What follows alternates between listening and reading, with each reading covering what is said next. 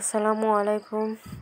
সবাই কেমন আছেন? আলহামদুলিল্লাহ আমরা অনেক ভালো আছি। তো মোবাইল খুললে দেখা যাচ্ছে যে একেকজনের একেক রকম খাওয়ার ভিডিও নিয়ে চলে আসছে। সত্যি বলতে তারা যেভাবে খাক না কেন ভিডিওগুলো দেখতে ভালো লাগে। হয়তো অনেকে পছন্দ করে না। তাই আমি ভাবলাম যে আমিও একটা ট্রাই করি। তো আজকে দুপুরে যখন খাচ্ছিলাম তাই ভাবলাম যে ভিডিওটা করেই নিই। তো আজকে দুপুরে খাওয়ার হিসেবে নিয়েছিলাম এই তো ভাত আছে, আর এখানে আছে করলা ভাজি, করলা ভর্তা, আলু ভর্তা আর কই মাছ ভাজা। তো গরম ভাতের সাথে একটু ভর্তা আর একটু মাছ ভাজা থাকলে যথেষ্ট। এগুলো খেতেই ভালো লাগে। অবশ্য ডাল ছিল। তো ডালটা যেহেতু মুসুরি ডাল আর অ্যালার্জির জন্য সেটা আমি খাইনি। আমার কাছে বরাবরই ভর্তা, ভাজি এগুলো শুকনো জাতীয় জিনিসগুলো বেশি ভালো লাগে। মাছ মাংসের চাইতে আমাকে এ ধরনের খাবারগুলো খেতে ভালো লাগে। তো প্রথমে আমি করলার ভর্তা দিয়ে খেয়ে নিলাম। এই করলার ভর্তার রেসিপিটা সেদিন আপনাদের সাথে শেয়ার করেছিলাম। করলার মুচমুচে ঝরঝরে ভাজি ভর্তা, আর এটা হচ্ছে করলার ভাজি। করলার ভাজিটা আমার একটু নরম নরম হয়ে থাকলে সেটাই ভালো লাগে। তো কেউ কিছু মনে করবো না, আসলে ভিডিওগুলো দেখতে আমার কাছে এতটা ভালো লাগে, তাই আজকে ভিডিওটা করলাম। সবাই কেমন লাগলো অবশ্যই জানাবেন।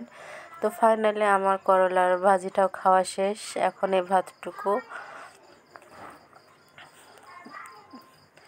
আলু ভর্তা আর মাছ ভাজা দিয়ে খেয়ে নেব। মানুষ ভিডিও করার জন্য অনেক রকম রান্না করে, অনেক রকমভাবে খায়।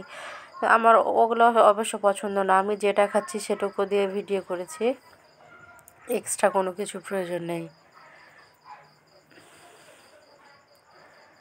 গরম ভাতের সাথে কই মাছ ভাজাটা সেই লাগে।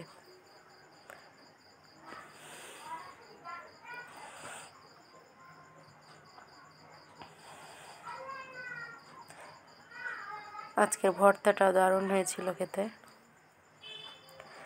প্রতিদিন আমি কোনো না কোনো ভর্তা করি, কারণ গরম ভাতের সাথে ভর্তাটা খেতে আমার খুব ভালো লাগে।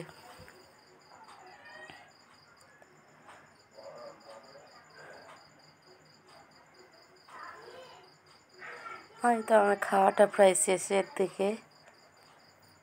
আমি যতটুকু খাবো সবগুলো একসাথে নিয়ে গুছিয়ে বসে গেছিলাম খেতে।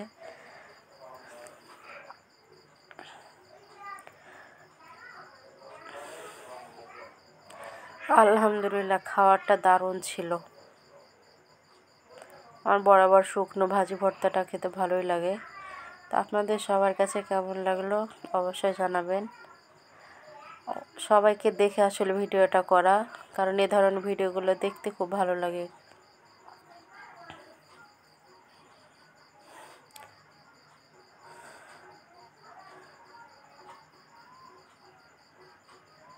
সবাই ভালো থাকবেন।